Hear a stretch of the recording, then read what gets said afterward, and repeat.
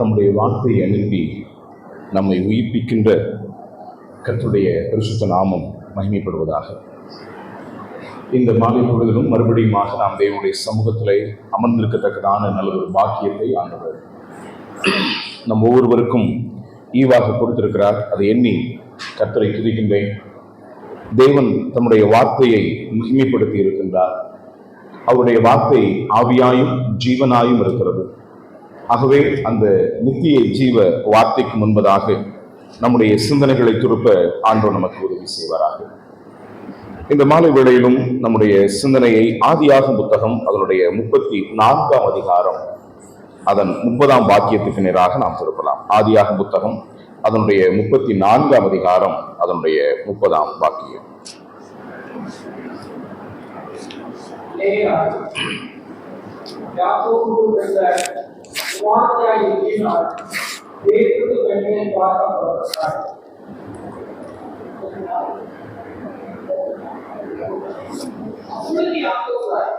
அப்பொழுது யாக்கோபு சிமியோனின் ஏரியை பார்த்து, இது தேசத்தில் குடியிருக்கிற கானானியரிடத்திலும் பெரிசியரிடத்திலும் என் வாசனையை நீங்கள் திருப்பினாலே என்னை கலக்க பண்ணினீர்கள்.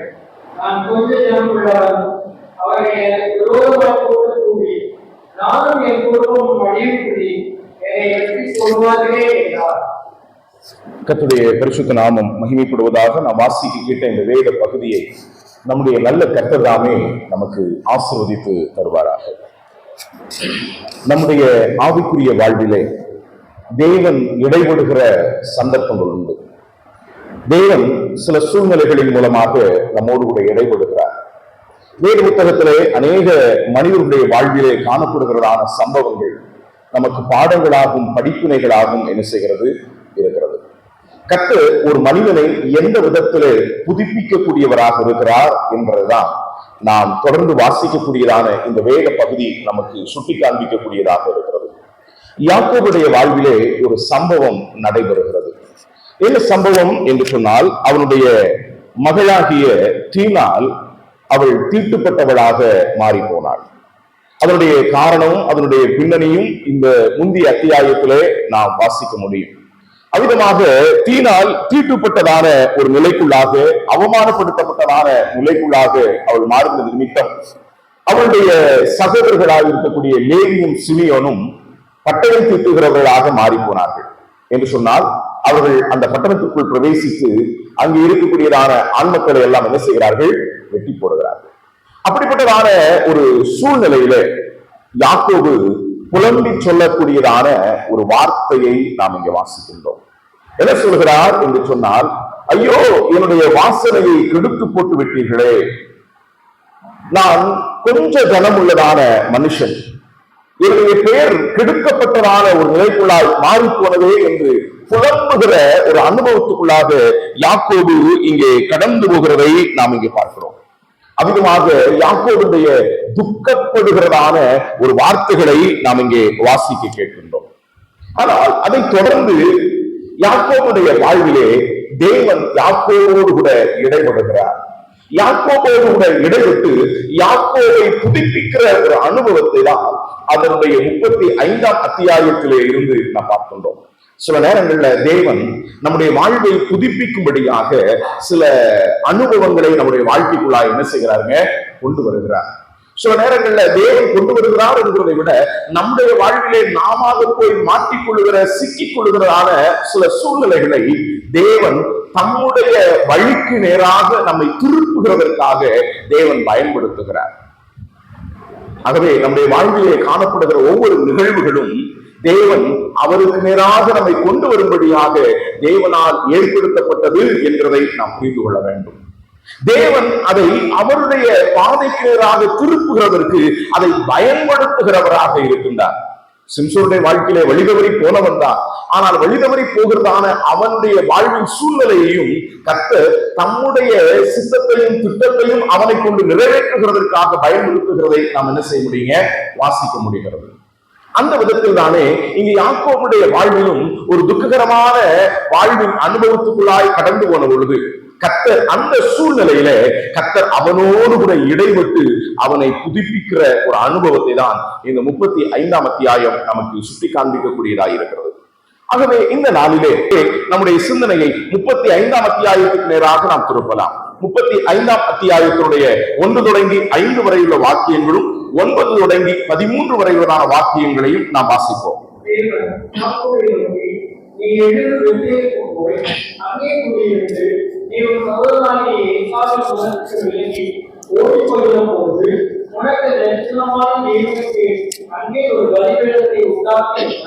அப்பொழுது யாக்கோபு தன் வீட்டாரையும் தன்னோடே கூட இருந்த மற்ற அனைவரையும் நோக்கி, உங்களிடத்தில் இருக்கிற அந்நிய தெய்வங்களை நினைத்துக் கொண்டு உங்களை சுத்தப்படுத்திக் கொண்டு உங்கள் வஸ்திரங்களை மாற்றுங்கள். நாம் எழுந்து பெத்தேலுக்கு போவோம் வாருங்கள். எனக்கு ஆபத்து நீடித்த நாளில் என் விண்ணப்பத்துக்கு உத்தரவு அருளி செய்து நான் கடந்த வழியிலே என்னோட கூட இருந்த தேவனுக்கு அங்கே ஒரு வஸ்திரத்தை உண்டாக்குவேன் என்றார். அப்பொழுது அவர்கள் தங்கள் கையில் இருந்த எல்லா அந்நிய தெய்வங்களையும் தங்கள் காதலிகளையும் யாக்கோபிற்கு கொடுத்தார்கள். யாக்கோபு அவர்களை சீக்கிரம் போய் அருகே இருந்த ஒரு கர்வாலி மரத்தின் கீழ் புதைத்து போட்டார். பின்பு பிரயாணம் புறப்பட்டார்கள். அவர்களை சுற்றியிருந்த பட்டணத்தாருக்கு தேவனாலே வழக்கம் உண்டாக்கினால் அவர்கள் யாக்கோபின் குமாரரை பின்தொடராதிருந்தார்கள். யாக்கோபு பதான் ஆராய்ச்சிக்கு வந்த பின்பு தேவன் அவனுக்கு மறுபடியும் தரிசனமாகி அவனை ஆசீர்வதித்து, இப்பொழுது ஒரு பேர் யாக்கோபு, இனி ஒரு பேர் யாக்கோபு என்னப்படாமல் இஸ்ரவேல் என்று உனக்கு பேர் வழங்கும் என்று சொல்லி அவனுக்கு இஸ்ரவேல் என்று பெயரிட்டார். நாம் வாசிக்க கேட்ட இந்த வேத பகுதியை நம்முடைய நல்ல கர்த்தர் நமக்கு ஆசீர்வதித்து தருவாராக. நாம் வாசித்த இந்த வேத பகுதியிலே யாக்கோபு பதான் அராமை விட்டு அவன் புறப்பட்டு வருகிற ஒரு சந்தர்ப்பத்தை பார்க்கிறோம். அவ்விதமாய் பதான் அராமை விட்டு புறப்பட்டு வருகிறதான வழியில் தானே யாக்கோபுடைய வாழ்விலே 34ஆம் அத்தியாயத்திலே அதன் இறுதி பகுதியிலே அவன் துக்கத்தோடு புலம்புகிற ஒரு சூழல் காணப்படுகிறது. ஆனால் அந்த துக்கத்தோடு கூட புலம்புகிற அந்த சூழ்நிலையின் நடுவிலே தேவன் யாக்கோபோடு கூட இடைபடுகிறார்.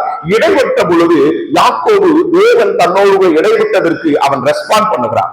அதற்கு யாக்கோபு பதில் அளிக்கிறான். அதற்கான யாக்கோபு தன்னுடைய செயல்களை தேவனுக்கான நிலையிலே அவன் சீர்படுத்துகிறான். அப்படி சீர்படுத்தின பொழுதுதான் 9ஆம் வாக்கியத்திலே நாம் இவ்விதமாக வாசிக்கிறோம்.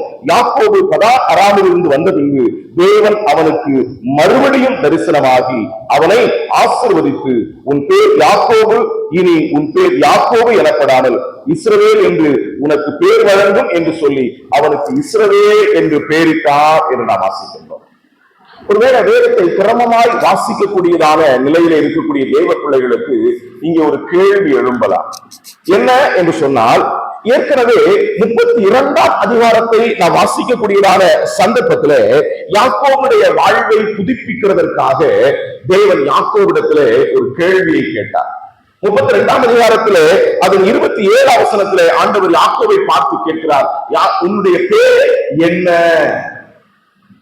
வாழ்க்கையில பல சந்தர்ப்பங்களிலே தன்னுடைய அடையாளத்தையும் தன்னுடைய பெயரை மறைத்து வாழ்ந்த ஒரு மனிதன் தான் யார் தெரியுமாங்க? யாக்கோபு. அப்படிதானே? ஆனா அப்படிப்பட்டதான மனிதனை தேவன் இப்பொழுது பெலியேலிலே என்கவுண்டர் பண்ணுகிறார். அங்கே பெலியேலிலே தேவன் யாக்கோபை எதிர்கொள்ளுகிறார். அல்லது தேவன் யாக்கோபோடு கூட இடைப்படும் பொழுது அவருடைய வாழ்வை புதுப்பிக்கிறதற்காக தேவன் யாக்கோபிடத்திலே ஒரு கேள்வி கேட்கிறார், உன் பேர் என்ன? ஆனால் வாழ்க்கையிலே பல சந்தர்ப்பங்களிலே தன்னுடைய பெயரை மறைத்து மாற்றி வாழ்ந்த மனிதனாக யாக்கோபு இப்பொழுது தன்னுடைய உண்மையான பெயரை அங்க என்ன செய்கிறாங்க சொல்றான். என்ன சொல்றான் அப்படின்னா, அங்க 27ஆம் வசனத்திலே வாசிக்கிறோம். என்ன வாசிக்கிறோம்? யாக்கோபு என்று தன்னுடைய பெயரை அவன் ஒத்துக்கொள்ளுகிறான். அப்படின்னா ஆண்டவருக்கு அவன் பேரு தெரியாது என்ற அர்த்தம் அல்ல. அவனுடைய வாழ்வின் யதார்த்தமான நிலையை ஆண்டவர் அவனுக்கு உணர்த்துகிறார். அவனும் அதை புரிகிறபடியாக. யாக்கோபு என்றால் நாம் யாவரும் அறிந்திருக்கிறோம், அதனுடைய பெயருடைய அர்த்தம் எத்தன் என்பதால் ஏமாற்றுகிறவன், சப்ளந்தர் என்று சொன்னால் ஏமாற்றி வாழ்ந்திருக்கக்கூடிய ஒரு மனிதனாக அவன் வாழ்ந்திருந்தான். ஆனால் தன்னுடைய யதார்த்தமான நிலையை அவன் ஆண்டவரிடத்திலே ஒத்துக்கொண்ட பொழுது இப்பொழுது ஆண்டவர் அவனுக்கு ஒரு வாக்கு தத்தத்தை கொடுக்கிறார். என்ன வாக்கு தத்தம் தெரியுமா? 28ஆம் வசனத்திலே நான் வாசிக்கும் பொழுது, ஒரு பேர் இனி யாக்கோபு என்னப்படாமல் இஸ்ரவேல் எனப்படும். யாக்கோபு என்று தன்னுடைய எட்டுத்தனமான வாழ்க்கையை, தன்னுடைய அந்த ஏமாற்றி வாழுகிற வாழ்க்கையின் அனுபவத்தை அவன் ஒத்துக்கொண்ட பொழுது கர்த்தர் சொல்லுகிறார், இனி உன் பேர் இஸ்ரவேல் எனப்படும்.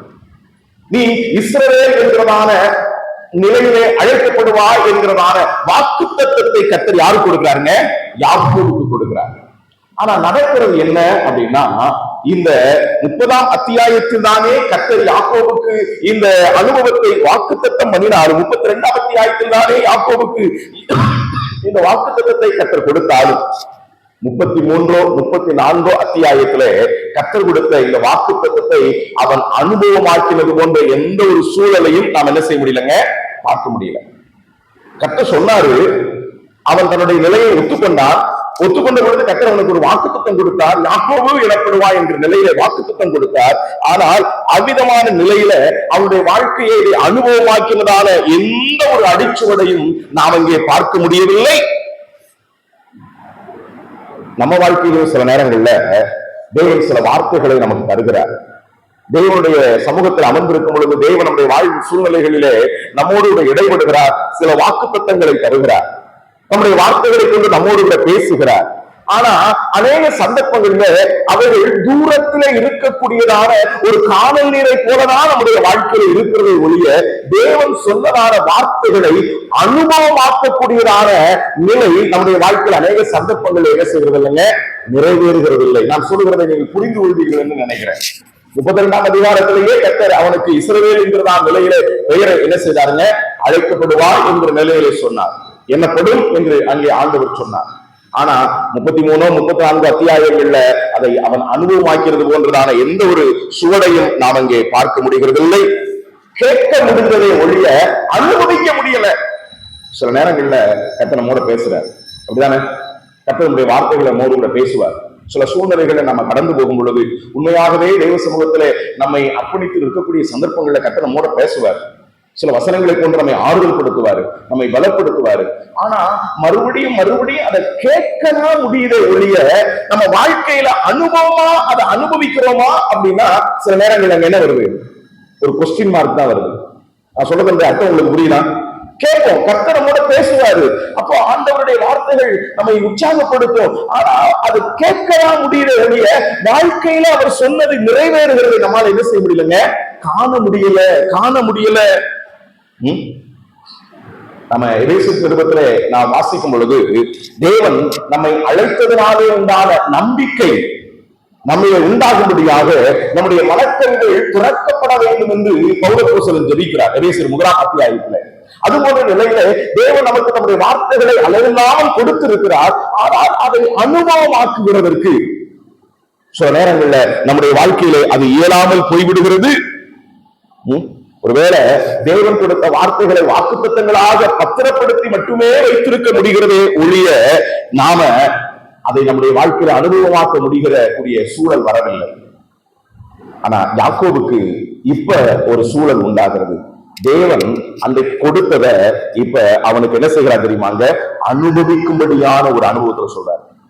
அத 32ஆம் அத்தியாயத்துல சொன்னாரு, யாக்கோபு எனப்படும் என்கிற இஸ்ரவேல் எனப்படும் என்கிற நிலையில சொன்னாரு.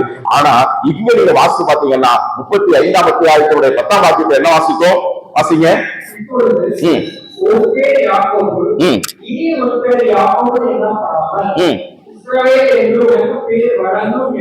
இஸ்ரவேல் என்று உனக்கு பேர் என்ன செய்யும்? வழங்கும் என்று சொல்லி அவனுடைய வாழ்விலே சொன்ன வார்த்தையை அங்கே நடைமுறைக்கு ஏதுவாக வார்த்தையை வாழ்விலே நிறைவேற்றுகிற ஒரு அனுபவத்துக்குள்ளாக கர்த்தர் என்ன செய்கிறாருங்க? கொண்டு வருகிறார். யாக்கோபுடைய வாழ்விலே ஒரு நொறுக்கப்படுகிற ஒரு நொறுங்கி போகக்கூடிய ஒரு சூழ்நிலை நடுவில் தான் தேவன் யாக்கோபோடு கூட என்ன செய்கிறாருங்க? இடைபடக்கூடியவராக இருக்கிறார். யாக்கோபு ஒரு நல்ல மனுஷன் தான், நல்ல ஒரு பக்தி உள்ளதான ஒரு தேவ மனிதன் தான். ஆனா அவனுடைய வாழ்க்கையில சில சந்தர்ப்பங்களிலே தேவன் அவனோடு கூட இடைபடும் பொழுது, அதற்கு அவன் தன்னை விட்டு கொடுத்து தன்னை அர்ப்பணித்த பொழுது தேவன் அவனை ஆசீர்வதிக்கிறதை வேத புத்தகத்தை நாம் என்ன செய்யறோங்க? வாசிக்கிறோம். நம்முடைய வாழ்விலும் கூட தேவனுடைய வாக்குத்தத்தங்களை நம்முடைய வாழ்விலே வளமாக்க வேண்டும் என்றால், அல்லது தேவனுடைய ஆசீர்வாதங்களை அனுபவமாக்க வேண்டும் என்றால் நாம என்ன செய்யணும்? அதுதான் யாக்கோபு என்ன செய்தார் என்கிறத இந்த 35ஆம் அத்தியாயத்திலிருந்து நம்ம கற்றுக்கொள்ள போகிறோம். ஏற்கனவே ஆண்டவர் நமக்கு சொல்லியிருப்பாரு. ஆனா சூழ்நிலை அவர் சொன்னதுக்கும் நம்ம வாழ்க்கையில நடக்கிறதுக்கும் என்ன இருக்குங்க, வித்தியாசமான ஒரு நிலையா இருக்கும்.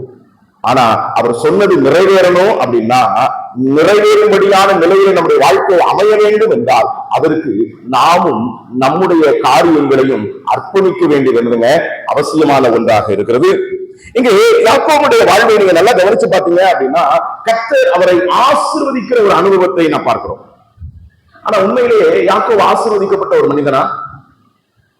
யாக்கோபே சொல்றாரு, என்ன சொல்றாருன்னா, வெறும் கோலும் கையுமா என்ன செய்தேன், போனேன். ஆனா இப்ப இவ்விரண்டு பரிவாரங்களை உடையவனாக நான் என்ன செய்தேன், திரும்பி வந்தேன் அப்படின்னு. ஆனாலும் கூட அவன் அந்த யாப்போக்கு நதி அண்டையிலே நின்று அவன் ஆண்டவரோடு கூட போராடுகிறான். நீர் என்னை ஆசீர்வதித்தால் ஒழிய உண்மை நான் என்ன செய்ய மாட்டேன், விட மாட்டேன்.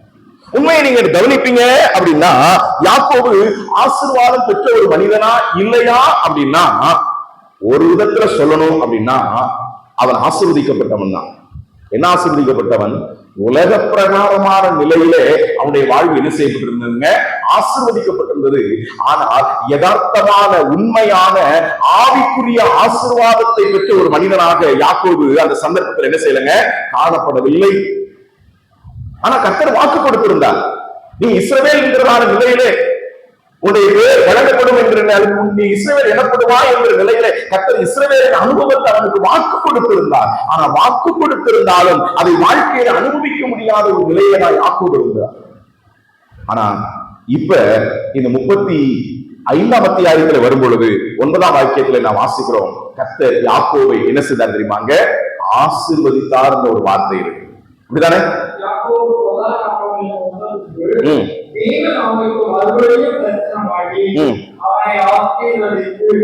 அவனை ஆசீர்வதித்து அப்படின்னா இதற்கு முந்தைய நிலையிலே அவனுடைய நிலை என்ன, அவனுக்கு ஆசீர்வாதம் இருந்ததா? இருந்தது.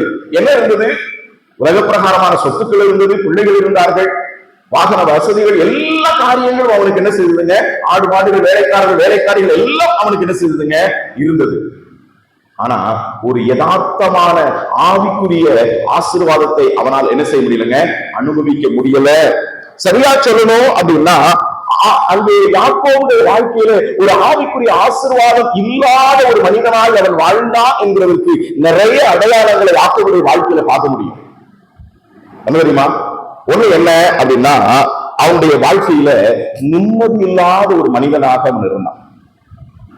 அவன் ஒரு விதத்துல நம்ம பாஷையில சொல்லணும் அப்படின்னா ஒரு விசுவாசி அப்படின்னு வச்சுக்கிடுவோமே. அவன் ஆண்டவரை அறிந்த ஒரு மனுஷன் தான். ஆனாலும் கூட அவருடைய வாழ்க்கையில என்ன இல்லை அப்படின்னா, நிம்மதி இல்லாத ஒரு மனுஷனா இருந்தான். ஆவிக்குரிய, ஆனா ஆண்டவர் அவனோட பேசியிருந்தாரு, ஆண்டவர் அவனுக்கு வாக்குத்தத்தம் கொடுத்திருந்தாரு, எல்லாம் இருந்தது. ஆனா அதை அவனால அனுபவமாக்க முடியல. உலக பிரகாரமான எல்லாம் அவனுக்கு இருந்துச்சு.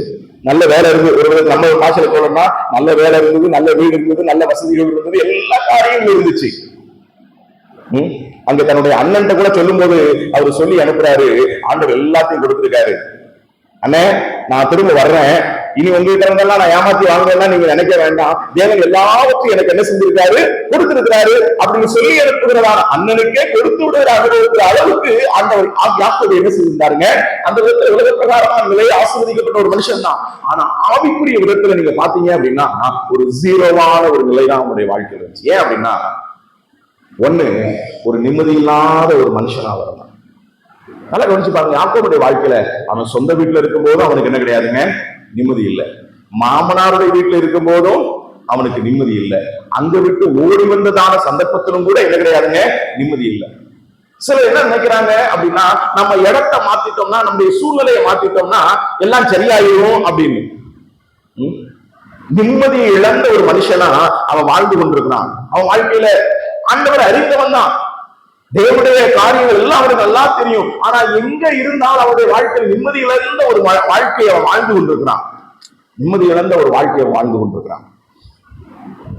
சில நேரங்கள்ல நாம நினைப்போம், இங்க இருக்கிறதுனாலதான பிரச்சனை, அதனால இந்த ஊரையே காலி பண்ணி வேற ஒரு ஊருக்கு போயிட்டோம்னா என்ன கிடையாது, பிரச்சனையே கிடையாது அப்படின்னு ஊரை மாத்தனா, இடத்தை மாத்தனா, வேலையை மாத்தனா, சூழலை மாத்தினா பிரச்சனை எல்லாம் மாறிடும் அப்படின்னு நம்ம பிளான் பண்ணலாம். ஆனா இடத்த மாத்துறதுனால நம்முடைய வாழ்க்கை மாறாது. பொதுவா இந்த சின்ன வயசுல நீங்க பாத்தீங்க அப்படின்னா சில செடிகள் வந்து இந்த தொட்டோம்னா அரிக்கும். அந்த சில நேரங்கள இந்த அரிப்பு வரும் சில செடிகள்.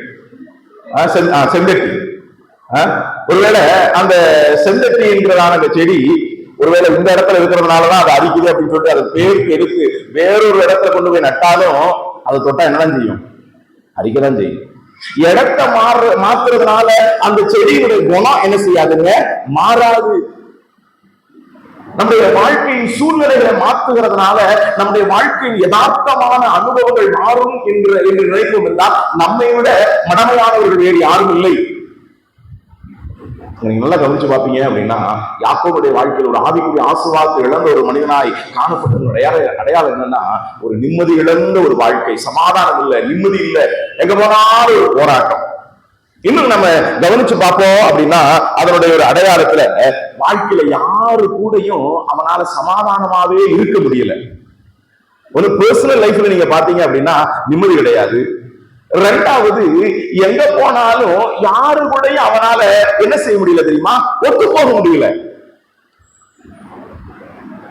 அண்ணன் கூட ஒத்து போக முடியல, மாமனார் வீட்டுக்கு வந்தா மாமனாரோட ஒத்து போக முடியல, மச்சனங்களோடு கூட என்ன செய்ய முடியலங்க?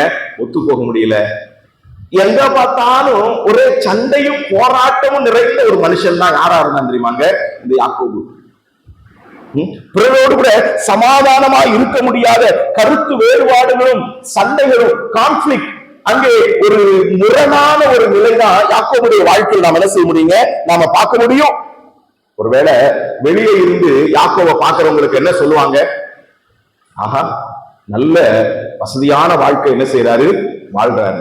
நல்ல மனைவிகள், பிள்ளைகள், மாத்திரமல்ல ஆடு மாடுகள், வேலைக்காரர்கள், வேலைக்காரிகள். ஆனா யாரு கூடயும் அவரால் என்ன செய்ய முடியலங்க? ஒத்து போய் வாழ முடியல. இன்றைக்கு கூட அநேக தேவ பிள்ளைகளை பற்றி தான் நான் பேசிக் கொண்டிருக்கிறேன். வசனம் தெரியும், ரட்சிக்கப்பட்டிருக்கிறாங்க, சபையின் ஐக்கியத்தில் இருக்கிறாங்க. ஆனா யாரோட என்ன செய்ய முடியலங்க? ஒத்து போக முடியல. குடும்பத்திலையும் யாரோடையும் ஒத்து போக மாட்டாங்க, சபையிலையும் யாரோடையும் ஒத்து போக மாட்டாங்க. ஏன் வேலை பார்க்கிற இடத்துலையும் கூட மற்றவங்களோடு கூட அவங்களால என்ன செய்ய முடியலங்க? ஒத்து போக முடியவில்லை. ஆனா எல்லாம் இருக்குது, வேலை இருக்குது, வீடு இருக்குது, வசதி இருக்குது, சொத்துக்கள் இருக்குது, சுகம் இருக்குது, எல்லாம் இருக்குது. ஆனா எல்லாம் இருந்தும் உண்மையான ஆவிக்குரிய ஆசீர்வாதம் இல்லை என்கிறதை இந்த யாக்கோபுடைய வாழ்வு எப்படி வெளிப்படுத்துகிறதோ அதே போலதான் அவங்களும் இருக்கிறாங்க. யாக்கோபுடைய வாழ்வை நீங்க நல்லா கவனிச்சு பார்க்கும்போது, ஒண்ணு, அவன் வாழ்க்கையில நிம்மதி இல்லை, சமாதானம் இல்லை. இரண்டாவது, யாரோடையும் அவரால் என்ன செய்ய முடியலங்க? ஒத்து போக முடியாத ஒரு சூழல்ல அவர் காணப்படுகிறார். இன்னொன்னு பார்த்தோம் அப்படின்னா, இப்ப நம்ம வாசித்த 34ஆம் அத்தியாயத்தினுடைய இறுதி வாக்கியத்துல என்ன வாசித்தோம்? யாக்கோபே தன்னுடைய வாயின் வார்த்தைகளாலே சொல்லுகிறார், ஐயோ என்னுடைய பெயரை கெடுத்து போட்டீர்களே, என்னுடைய வாசனையை கெடுத்து போட்டீர்களே. சாட்சி கெட்ட அல்லது சாட்சி இல்லாத ஒரு வாழ்க்கை, உண்மையான ஒரு ஆவிக்குரிய ஆசீர்வாதம் அந்த யாக்கோபுடைய வாழ்க்கையில இல்லை என்கிறதற்கு இதை விட வேறு என்ன சொல்ல வேண்டும்? நிம்மதி இல்லை, யாரோடையும் ஒத்து போக முடியல. இன்னொரு விதத்துல சொல்லணும் அப்படின்னா ஒரு சாட்சி கெட்டு போனதான ஒரு நிலை. இங்க யாக்கோபு சொல்றாரு, என் வாசனையை கெடுத்து போட்டீர்களே. ஒரு விதத்துல சொல்லணும் அப்படின்னா பிள்ளைகளை அங்க என்ன செய்யறாரு தெரியுமாங்க? குறை சொல்லுகிறார். ஆனா நல்லா கவனிச்சு பாருங்க, தீனால் ஊரு சுத்த போனாள். ஒரு பழைய பாட்டு இருக்குது, தீனால் அடி தீனால் ஊரு சுத்த போனாள் அப்படின்னு. ஆனா தீனால் இந்த விதத்துல ஊரு சுத்த போய் தீட்டுப்பட்டவளாக வந்ததன் காரணம் யாரு தெரியுமா? யாரு தெரியுமா? யாக்கோபு. ஏன்னா அவரு எங்க வர்றேன்னு ஆண்டவர்கிட்ட பொருத்தனை பண்ணிட்டு போனாரு. ஆண்டவர், நான் மறுபடியும் இங்கே வருவேன் அப்படின்னு, அப்படிதானே? பெத்தேலுக்கு வருவேன், தேவனுடைய வீட்டுக்கு நீர் என்னை திரும்பி வர பண்ணுவீங்களா, நான் வருவேன்னு பொருத்தனை பண்ணிட்டு போனாரு. ஆனா திரும்பி வந்தாரு. ஆனா திரும்பி வந்தவரு பெத்தேலுக்கு போகல. ஏன்னா பெத்தேல் எங்க இருக்கு தெரியுமா? காட்டுக்குள்ள இருக்குது, அப்படிதானே? ஒரு வனாந்தரத்துல, யாக்கோபை போல் போகும் பாதையில் பொழுதுபட்டு அப்படின்னு பாட்டு பாடுறோம்ல, வனாந்தரமான ஒரு இடம் தான் அதுதான் அந்த பெத்தேல். லூஸ் என்கிறதான அந்த பெத்தேல் ஒரு வனாந்தரமான ஒரு இடம். ஆனா திரும்பி வர்றாரு. ஆனா போறப்ப அவர் தன்னந்தனியான ஒரு ஆளு. ஆனா இப்ப திரும்பி வரும்போது பாத்தீங்கன்னா மனைவிகள் பிள்ளைகள் எல்லாம் இருக்கிறாங்க, ஆடு மாடுகள் எல்லாம் இருக்குது. இப்ப காட்டுல போய் உட்கார்ந்து என்ன பண்ண, அதனால சுத்தி முத்தி பார்த்தாரு. எய்தாப்ல ஒரு ஊர் இருக்குது. சுக்கோத்துக்கு நேராக அவர் என்ன செய்தாருங்க, அங்கே கூடாரம் போட்டார், குடிசை போட்டார். கர்த்தர் எங்கே அனுப்புனாரு அப்படின்னா பெத்தேல், வீட்டுக்கு ஆண்டவர் அனுப்புனாரு, வீட்டுக்கு வான்னு கூப்பிட்டாரு. ஆனா இவரோ சுக்கோத் அங்க குடிசை போட்டார். குடிசை போட்ட ஒரு அனுபவம். ஏன்னா தன்னுடைய பிள்ளைகளுக்கும் காரியங்களுக்கும் வசதியா இருக்குமே அப்படின்னு சொல்லி தேவ சித்தத்துக்கு மாறாக மீறி போனது நிமித்தம் என்னாச்சு தெரியுமா, பிள்ளை தீட்டுப்பட்டு போனா, பையங்க கத்தி தீட்டுறவங்களாம் மாறி போயிட்டாங்க. சில நேரங்கள்ல நாம குடும்பத்திலேயோ அல்லது நம்முடைய சபையின் நிலையிலேயோ ஏதாவது பிரச்சனை வரும்போது என்ன சொல்லுவோம் தெரியுமா, ஐயோ உங்களாலதான் எல்லாம் இப்படி அப்படின்னு மற்றவங்களை பிளேம் பண்ணுவோம். ஆனா உண்மையை கவனிச்சு பார்த்தோம்னா அவர்கள் அல்ல. ஒருவேளை செஞ்சது அவங்களா இருந்தாலும் காரணம் யாரா இருக்கும் தெரியுமா, நாமளா இருக்கும். ஆண்டவர் பெத்தேலுக்கு வரும்படியாய் சொன்னார். பெத்தேல்ல வந்து வீடு கட்டி அவர் வீட்டை தர்றேன்னு சொன்னாரு. ஆனா எனக்கு வீடு வேணாம், எங்க குடிசை போதும் அப்படின்ற நிலையில பட்டணத்துக்கு பக்கத்துல போய் உட்கார்ந்துகிட்டு இருந்தாரு. தேவ வார்த்தையை மீறி, தேவனுடைய சித்தத்தை மீறி அவர் போய் அங்க உட்கார்ந்ததனுடைய விளைவு என்ன அப்படின்னா தீட்டுப்பட்டு போன ஒரு நிலை. பிள்ளைகள் கத்தி தீட்டுகிறவர்களாக மாறி போனாங்க. பிரதர் என் பையன் சொல்லு பேச்சு கேட்க மாட்டான், பிரதர் என் பிள்ளை சொல்லு பேச்சு கேட்க மாட்டான், பிரதர் ஜெபம் பண்ணுங்க. இன்னைக்கு சபையில என்னால எழுந்து நிக்க முடியல, காரணம் என்னன்னா என் பிள்ளைங்க இப்படி பண்ணிக்கிட்டு இருக்கிறாங்க என்னால. ஆனா ஒருவேளை செயல்கள் அவர்களுடையதாக இருந்தாலும் அதனுடைய மூலம் எங்க இருக்குது அப்படின்னா நாம சரியான விதத்துல செய்ய வேண்டியதை கர்த்தருடைய வார்த்தை கேட்டு நிலைய செய்யாததனுடைய விளைவு. யாக்கோபுடைய வாழ்வை கொஞ்சம் நல்லா கவனிச்சு பாருங்க. அங்கே யாக்கோபுக்கு தனிப்பட்ட வாழ்க்கையில நிம்மதி கிடையாது. யாரோட என்ன செய்ய முடியலங்க, ஒத்து போக முடியாத ஒரு சூழல். இன்னொரு விதத்துல சொல்ல வேண்டும் என்று சொன்னால் ஒரு சாட்சி வேடான ஒரு நிலையை இங்கு யாக்கோபுடைய வாழ்க்கையில நம்ம பார்க்கிறோம். நல்ல சாட்சி இல்லாத ஒரு நிலை. இப்படிப்பட்ட நிலையில இருந்த மனிதனோடு கூட தான் தேவன் என்ன செய்கிறாருங்க, இடைப்பட்டார். ஒருவேளை தேவன் இந்த வார்த்தைகளை எதற்காக இங்கே சொல்லுகிறார் என்று எனக்கு தெரியவில்லை.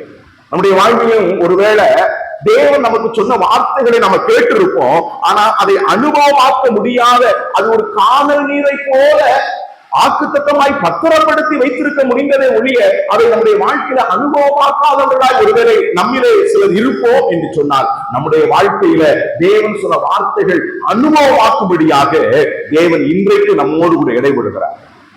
ஒருவேளை நம்ம வாழ்க்கையில யாக்கோபு போல எல்லாம் இருக்கலாம், ஆனா உண்மையான ஆவிக்குரிய ஆசீர்வாதம் இருக்கிறார்.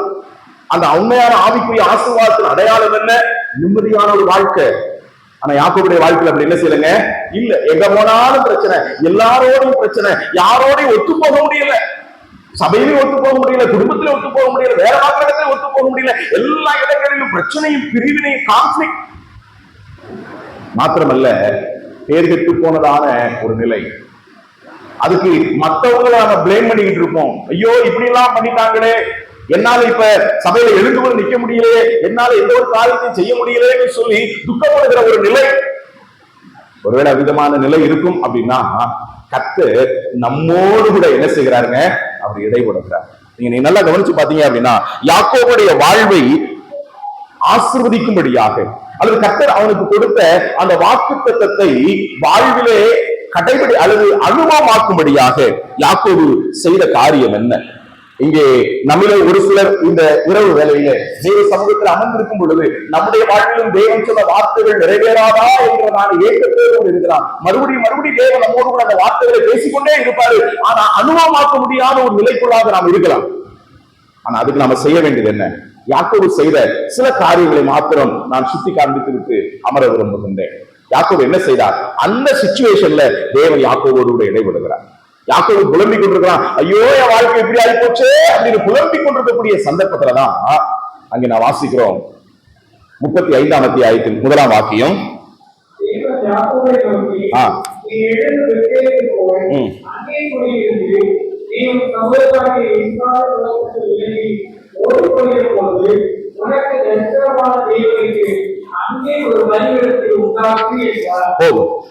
இங்கே கர்த்தர் இந்த சூழ்நிலையிலே யாக்கோபோடு கூட இடைபடுகிறார். இடைப்பட்ட பொழுது கர்த்தர் என்ன செய்கிறார் என்றால், முதலாவது வாசிக்கிறோம், கர்த்தர் யாக்கோபை நோக்கி நீ பெத்தேலுக்கு போ என்று யாக்கோபோடு கூட பேசுகிறார். யாக்கோபு தேவனுடைய சத்தத்துக்கு என்ன செய்கிறாருங்க? செவி கொடுக்கிறார். ஆகவே முதலாவதாக யாக்கோபு என்ன செய்தார் என்றால், ஒன்று, தேவ சத்தம் கேட்கக்கூடிய மனிதனாக இருந்தார்.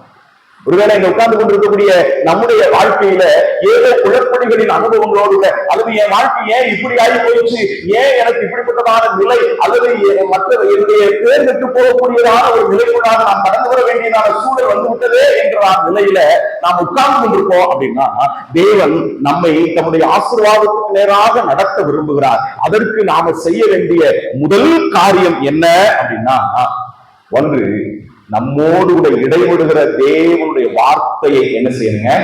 கேட்கணும். கர்த்தருடைய வார்த்தையை கேட்கணும். கர்த்தருடைய வார்த்தைக்கு நாம் கொடுக்க வேண்டிய முக்கியத்துவத்தையும் கனத்தையும் நாம கொடுக்கணும். நம்முடைய வாழ்க்கை சீர்படுத்தப்படுகிறதற்கு, தேவனுடைய வாக்குத்தத்தங்கள் நம்முடைய வாழ்விலே நடைமுறைப்படுத்தப்படுகிறதற்கு, அனுபவமாக்கப்படுகிறதற்கு நாம செய்ய வேண்டியது ஒண்ணு, முதல் காரியம் என்ன அப்படின்னா, கர்த்தருடைய வார்த்தைக்கு நாம் என்ன செய்யணுங்க? செவி கொடுக்க வேண்டும். ஒருவேளை நம்ம சொல்லலாம், அதான் எல்லா வாரம் உட்கார்ந்து பிரசங்கம் கேட்கிறோம்ல, டைம் கிடைக்கும் போதெல்லாம் இடையில இப்பெல்லாம் நிறைய ஜூம் மீட்டிங்லாம் இருக்குது, யூடியூப்ல போட்டா நிறைய செய்திகள்லாம் என்ன செய்து வருது, இதெல்லாம் கேட்கறாங்க செய்யறோம் அப்படின்னு நம்ம சொல்லலாம். ஆனா நீங்க நல்லா கவனிச்சு பாப்பீங்க அப்படின்னா, தம்முடைய வார்த்தைகளை கேட்ட ஜனங்களை பார்த்துதான் ஒரு வார்த்தை சொன்னார். மத்தேயு சுவிசேஷம் 13ஆம் அதிகாரத்தினுடைய அதன் 9ஆம் வாக்கியத்திலே ஆண்டவர் விதமாய் சொன்னார், காதுள்ளவன் கேட்கிறார் அப்படின்னா, எல்லாரும் அப்ப ஒரு சிலருக்கு மட்டும்தான் காது இருக்குதா? எல்லாருக்குமே காது இருக்குதுங்க. ஆனா அங்க ஆண்டவர் சொல்றாரு, காதுள்ளவன் கேட்க கடவன் அப்படின்னா என்ன அர்த்தம் அப்படின்னா, நம்முடைய வாழ்க்கையிலே தேவ வசனத்தை கேட்கிறதல்ல, அதை ஆயத்தத்தோடு கூட கேட்கிற ஒரு அனுபவம். அத ஒரு ஓமையை சொல்லிதான் ஆண்டவர் அந்த வார்த்தையை சொல்றார். விதைக்கிறவனுடைய ஓமையை சொல்லி அந்த வார்த்தையை அவர் சொல்றார். விதைக்கிறோடைய ஊமையில சொல்லப்பட்டிருக்கிறதான காரியங்களை நாம சிந்திச்சு பார்ப்போம் அப்படின்னா, சில இடங்கள், சில விதைகள் வழியருகே என்ன செய்ததுங்க? விழுந்தது. சில விதைகள் அங்கே என்னது கற்பாறையுள்ளதான இடத்துல விழுந்தது. சில விதைகள் முள்ளுள்ள இடங்கள்ல விழுந்தது. சில விதைகள் நல்ல நிலத்தை என்ன செய்ததுங்க? விழுந்தது. நாம வசனத்தை கேட்கிறோம், விதை விழுதான் செய்யுது. ஞாயிற்றுக்கிழமையும் கேட்கிறோம், இது போன்றதான விசேஷ கூட்டங்களையும் கேட்கிறோம். ஆனா என்ன மனநிலையோடு கூட நாம் கேட்கிறோம்? கேட்கிறோம், ஆனா கேட்டும் கேளாதவர்களா இருக்கிறோம். அதுதான் பின்னால ஆண்டவர் விலைக்கு சொல்லும்போது அதே 13ஆம் அத்தியாயத்துல பின்னால சொல்றாரு, அவங்க கண்களை மூடிக்கொண்டு மந்தமா கேட்கிறாங்க, நான் அவர்களை குணப்படுத்த கூடாதபடிக்கு. அந்த பிற்பகுதியில வாசித்து பாருங்க, பின்னால 13ஆம் அதிகாரத்துல பின்னால அங்க வாசிக்கிறோம், கண்டும் காணாதவர்களாயும் கேட்டும் கேளாதவர்களாயும் உணர்ந்து கொள்ளாதவர்களாயும் இருக்கிறபடினால் நான் ஓமைகளாக அவர்களோடு பேசுறேன், மாத்திரமல்ல நான் அவர்களை குணமாக்க விரும்புகிறேன். அந்த வார்த்தை ஆண்டவர் அங்க சொல்றாரு, நான் அவர்களை குணமாக்க விரும்புறேன். ஆனா அவர்களோ பார்க்கிறாங்க, ஆனா பார்க்கல, கேட்கிறாங்க, ஆனா கேட்கல. இது ஏன் நம்முடைய வாழ்க்கையிலே தேவனுடைய வாக்குத்தத்தங்கள் நம்முடைய வாழ்விலே அனுபவமாகவில்லை என்று சொன்னால், நம்முடைய வாழ்க்கையிலே கர்த்தருடைய வார்த்தையை கேட்கிறோம், ஆனா எப்படிப்பட்ட மனநிலையோடு கூட நாம் கேட்கிறோம்? ஆயத்தமான ஒரு மனநிலை, அங்கீகரிக்கக்கூடிய ஒரு மனநிலை, நிபந்தனை இல்லாத ஒரு மனநிலை, கடின இருதயத்தோடு அல்ல, வேறு சிந்தனைகளோடு அல்ல. தேவனே நீர் என்னோடு கூட பேசுகிறீர் என்றால் அந்த சிந்தனையோடு கூட தேவனுடைய வார்த்தையை கேட்க வேண்டியவர்களாய் நாம் இருக்கிறோம். சில நேரங்கள்ல நாம கேட்கிற வசனங்கள் எப்படி இருக்குது அப்படின்னா, சல்லடையில தண்ணியை ஊத்துறது மாதிரி. சல்லடையில தண்ணியை ஊத்துறது மாதிரி. சல்லடையில தண்ணி ஊத்தா என்ன ஆகும்? ஒரு நொடி கூட அது என்ன செய்யாதுங்க, நிக்காது. அப்படியே ஊத்தும் போது அப்படியே வலிஞ்சிரும், அவ்வளவுதான். இது போலதான் கர்த்தருடைய வசனத்தை உட்கார்ந்து கேட்கிறோம், ஆனா கேட்டும் கேளாதவர்களாக, கண்டும் காணாதவர்களாக, இருதயத்திலே உணர்ந்து கொள்ளுகிறதற்கு இடமளிக்க கூடாதவர்களாக. ஏன்னா நாம குணமாகிறதுக்கு நமக்கு என்ன இல்லைங்க, விருப்பம் இல்லை. ஆனா யாக்கோபுடைய வாழ்வை ஆண்டவர் மாற்ற காரணம் என்னன்னா, அவனுக்கு சொன்ன வார்த்தைகளுக்கு ஆண்டவர் அவனுடைய வாழ்வை ஆசீர்வதிக்க காரணம் என்ன அப்படின்னா, ஒன்று, கர்த்தர் அவனோடு கூட இடைப்பட்ட பொழுது அதை அவன் என்ன செய்தான் தெரியுமாங்க? கேட்டான். கேட்கக்கூடிய ஒரு அனுபவம், கர்த்தருடைய வார்த்தையை கேட்கக்கூடிய ஒரு அனுபவம். ஆனா இன்னைக்கு நாம கேட்கிறோம், ஆனா கேட்டு மறந்துடுறோம். சில நேரம் கேட்கும் போதே மறக்கணும்னு கூட விரும்புறோம். ஏன் தெரியுமா?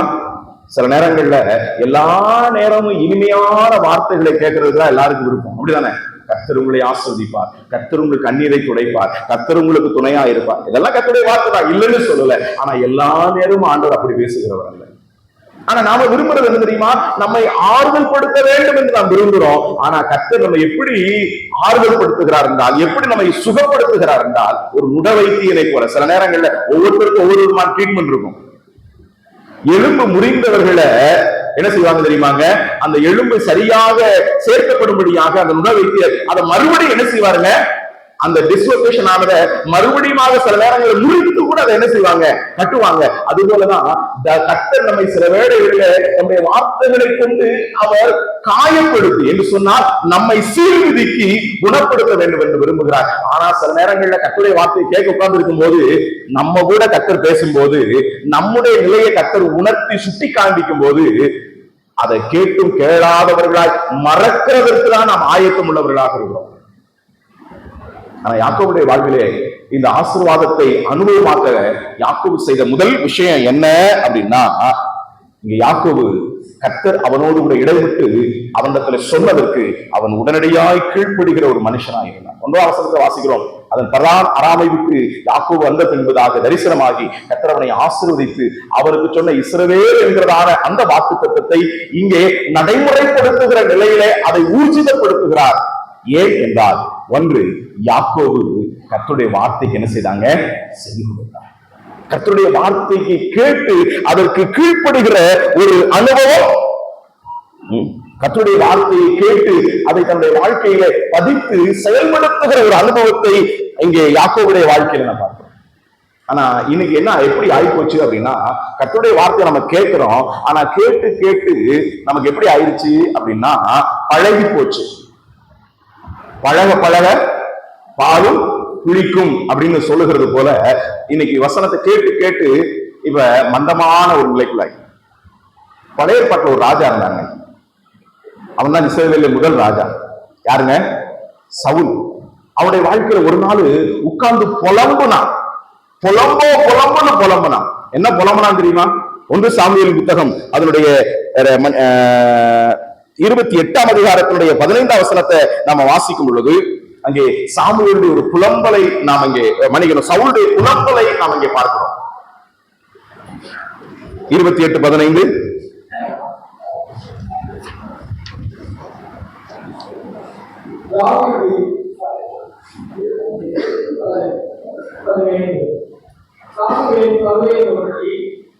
நீ என்னை எடுத்துக்கொள்ளப்பட்டு என்னை கலைப்பது என்ன என்று கேட்டார்.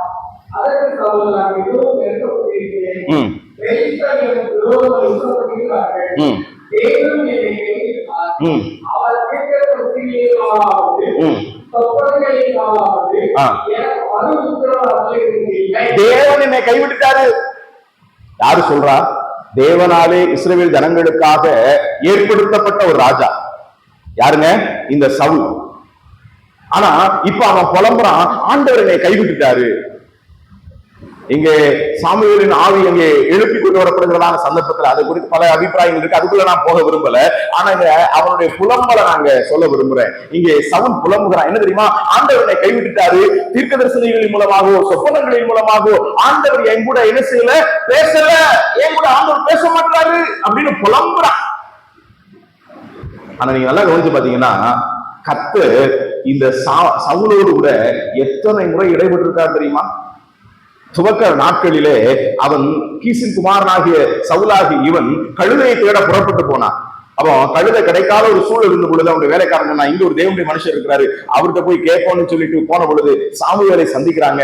சாமுவேலை சந்தித்ததான சந்தர்ப்பத்துல சாமுவேல் கர்த்தருடைய வார்த்தை அவருக்கு சொல்றாரு. அவன் சொல்லும் போது சவுலத்துல சொல்றாரு, உன் வேலைக்காரனை முன்னால் அனுப்பு, நீ சற்றே தரித்து நில், நான் கர்த்தருடைய வார்த்தை உனக்கு என்ன செய்யணும், சொல்லணும் அப்படின்னு சொன்ன பொழுது கர்த்தருடைய வார்த்தை அவன் கேட்டான். கர்த்தருடைய வார்த்தையை கேட்டு அதன்படி செய்யக்கூடிய ஒரு மனிதனாக, கீழ்ப்படியக்கூடிய ஒரு மனிதனாக அவன் என்ன செய்தாங்க இருந்தான். ஆனா நடந்தது என்ன தெரியுமா? கர்த்தருடைய வார்த்தையை கேட்டு கேட்டு கேட்டு கேட்டு கால பழக்கத்துல இப்ப கர்த்தருடைய வார்த்தைக்கு கீழ்ப்படியாதவனாக அவன் என்ன செய்தாங்க மாறி போனான். கர்த்தரோட பேசுறாரு, ஆனா முதல்ல பேசுறப்பெல்லாம் கேட்டுட்டு இருந்தான். ஆனா அதுக்கப்புறம் எத்தனையோ முறை கர்த்தர் சாமுவேலை கொண்டே என்ன செய்தாருங்க பேசினாரு, எச்சரிச்சாரு, உணர்த்தினாரு, கண்டிச்சாரு. ஆனா ஏன் காது கேட்காது அப்படின்றது மாதிரி அங்கே சவுல் மாறி போனான். ஆனா ஒரு நாள் வந்துச்சுங்க, ஒரு நாள் வந்துச்சு, நான் என்ன செய்யணும் அப்படின்னு கர்த்தரிடத்துல விசாரிக்கிறதற்கு அவன் முயற்சித்த பொழுது வேற வழியே இல்லை. தீர்க்கதரிசிகளை கொண்டாவது சுப்பனங்களின் மூலமாக வேறு எந்த விதத்திலும் கர்த்தர் என்ன செய்ய முடியலங்க, அங்க அவனோட பேசல. கடைசியில சூனியக்காரி பெண்மணி மூலமாக ஆவியை எழும்ப பண்ணி அப்படியாவது கேட்கலாமா அப்படின்னு அவன் என்ன செய்யறான் தெரியுமாங்க முயற்சிக்கிறான். அப்படிப்பட்டதான ஒரு பரிதவிக்கப்பட்டதான ஒரு நிலைக்குள்ள போன பொழுது அவன் புலம்புறான், ஐயோ ஆண்டவர் என்னை கைவிட்டாரு, இவங்களை பேச மாட்டாரு அப்படின்னு. தேவன் என்னோடு கூட பேசுகிறதில்லையே. நான் சொல்றேனே, ஒருவேளை இதே நிலை சில நேரங்கள்ல நமக்கும் கூட வரலாம். கர்த்தர் பேசும்போது அதுக்கு நாம செவி கொடுக்கணும். கர்த்தருடைய வார்த்தைக்கு முக்கியத்துவம் கொடுத்து அதுக்கு கீழ்ப்படியணும். வசனம் கேட்கறது, ஆஹா இந்த பிரசங்கம் அந்த குடும்பத்துக்கு அந்த நபர் இன்னைக்கு வரலையே அப்படின்றது அல்ல. கர்த்தர் என்னோட பேசுறாரு, என் வாழ்க்கைக்காய் பேசுறாரு, என் குடும்பத்தை குறித்து பேசுறாரு, என்னுடைய ஜெப வாழ்க்கை குறித்து பேசுறாரு, என்னுடைய ஊழியத்தை குறித்து பேசுறாரு, என்னுடைய பரிசுத்தத்தை குறித்து பேசுறாரு, எனக்காக பேசுறாருன்ற மனநிலையோடு கூட கர்த்தருடைய வார்த்தையை அங்கீகரிக்கிற மனநிலையோடு கூட நாம் அதை கேட்க பழகணும்.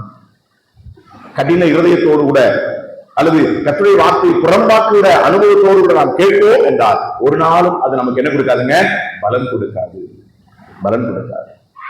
இவன் முதல்ல கேட்டான், ஆனா அதுக்கப்புறம் எத்தனையோ முறை கர்த்தருடைய வார்த்தையை கர்த்தர் அறிவித்த போது அதை அலட்சியம் பண்ணான். ஆனா ஒரு குறிப்பிட்ட சந்தர்ப்பத்துல கர்த்தருடைய வார்த்தை அவனுக்கு எப்படி இருந்ததுங்க, அபூர்வமான ஒரு நிலையில. என்று சொன்னால் கிடைக்காத ஒன்றாய் மாறி போனது, கிடைக்காத ஒன்றாய் மாறி போனது. முன்னாலாம் பைபிளை எடுத்து ஒரு வசனம் வாசிச்சா போதும், அந்த ஒரு வசனத்துல ஆண்டவர் எவ்வளவோ ஆழமா எத்தனையோ அற்புதமா நம்மோடு பேசின அனுபவங்கள் உண்டு தெரியுமா? ஆனா இப்ப ஒரு முழு அதிகாரத்தை உட்கார்ந்து வாசிச்சாலும், ஏங்க ஒரு முழு புத்தகத்தை உட்கார்ந்து வாசிச்சாலும் கர்த்தருடைய இடைவிடுதலை, கர்த்தருடைய தொடுதலை சில நேரங்கள்ல நம்மால உணர முடியாத அனுபவங்களுக்குள்ள போகிற பரிதவிக்கப்பட்ட ஒரு நிலைக்குள்ள நாம வந்திருக்கிறோம்.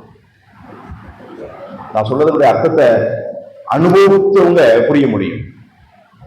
அனுபவபூர்வமாய் சில நேரங்கள்ல நாம நல்லா கவனிச்சு பார்த்தோம் அப்படின்னா, ஒரு காலத்துல ஒரு வசனத்தை வாசிக்கும் போதே அந்த வசனத்திலேயே எத்தனையோ அழகான நிலையை கட்டணமோடு ஈடுபடுகிறார். ஆனா இப்ப ஒரு அதிகாரம் வாசித்தாலும் என்ன செய்யறது இல்லைங்க, புரியல.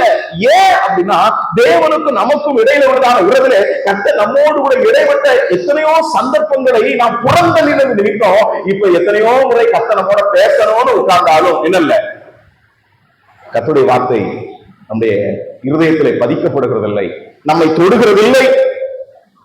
ஒரு ஆறுதலோ அல்லது பாவத்தை குறித்த ஒரு உணர்வோ ஒரு வேதனையோ ஒரு நம்பிக்கையோ ஒரு உற்சாகப்படுத்துதலோ ஒன்றும் இல்லாத நிலை. ஏதோ வர்றோம், உட்கார்றோம், போறோம். முன்னால ஒரு கூட்டத்துக்கு வரும்போது நம்ம உட்கார்ந்து இருக்கும்போது கர்த்தர் நம்மோட தனிப்பட்ட விதத்துல பேசுகிறத உணர முடியும். ஆனா சில நேரங்கள்ல இந்த நாட்கள்ல நாம் அதுக்கு கீழ்ப்படியாமல் போனது நிமித்தம் இப்ப ஏதோ வரணும், பிரசங்கர் ஏதோ பிரசங்கம் பண்றாரு, சகோதரர் ஏதோ பிரசங்கம் பண்றாங்க, ஏதோ இன்னைக்கு மரியாதை பத்தியோ மாத்தாளை பத்தியோ பேசினாங்க, ஏதோ யோகவேத ஒரு அம்மாவை பத்தி பேசினாங்க, அவ்வளவுதான்.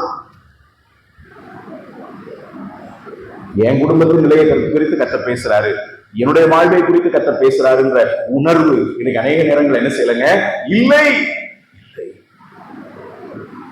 சவுலுடைய நிலை இப்படிதான் போச்சு, பரிதவிக்கப்பட்ட ஒரு நிலை. புதிய ஏற்பாட்டுல கூட ஒரு ராஜா இருக்கிறாருங்க, புதிய ஏற்பாட்டுல கூட ஒரு ராஜா இருக்கிறார். யார் தெரியுமா? ஏரோது என்கிறதான ஒரு ராஜா, யூதனுடைய ராஜா. அவன் என்ன பண்ணான் அப்படின்னா, தன்னுடைய சகோதரனுடைய மனைவியை தனக்காக வைத்துக் கொண்டான். கர்த்தர் தம்முடைய வார்த்தையாகிய யோவானை அங்க என்ன செய்தாருங்க, அனுப்பினார். தம்முடைய வார்த்தையை கொண்டு தம்முடைய தாசனை கொண்டு கர்த்தர் அங்கே உணர்த்தினார். எப்படி உணர்த்தார் தெரியுமா? எல்லாருக்கும் நல்லா கிடையாது, தனிப்பட்ட விதத்துல அவனிடத்துல கர்த்தர் என்ன செய்தாருங்க? உணர்த்தினார். யோவானை கொண்டு கர்த்தர் பேசினார், யோவான் ஸ்நானகனை கொண்டு கர்த்தர் பேசினார். ஆனா உடனே என்ன பண்ணாரு தெரியுமா? நீ யாரா என்னைய பத்தி சொல்றதுக்கு? பிடிச்சி ஜெயில போட்ட. அப்படி யாரு?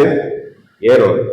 இன்னைக்கு சில நேரங்கள்ல கர்த்தருடைய வார்த்தையை கண்டித்து உணர்த்தி பேசுகிறதற்கு இன்னைக்கு ஆட்கள் இல்ல. பேசினாலும் அடுத்து அந்த ஆளை மேடை என்ன செய்ய மாட்டாங்க? ஏத்த மாட்டாங்க. பிடிச்சி ஜெயில போடுற மாதிரியான ஒரு அனுபவம் தான் நடக்கிறது. என்ன தெரியுமா? ஒரு சந்தர்ப்பம் வந்தது. இயேசு கிறிஸ்துவை குறித்து அவன் கேள்விப்பட்டான்.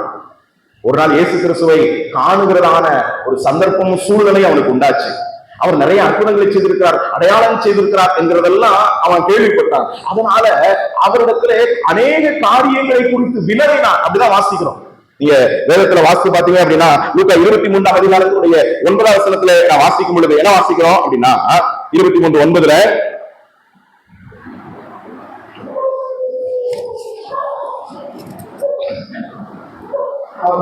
அநேக காரியங்களை குறித்து அவர்களுக்கு வினவினார்.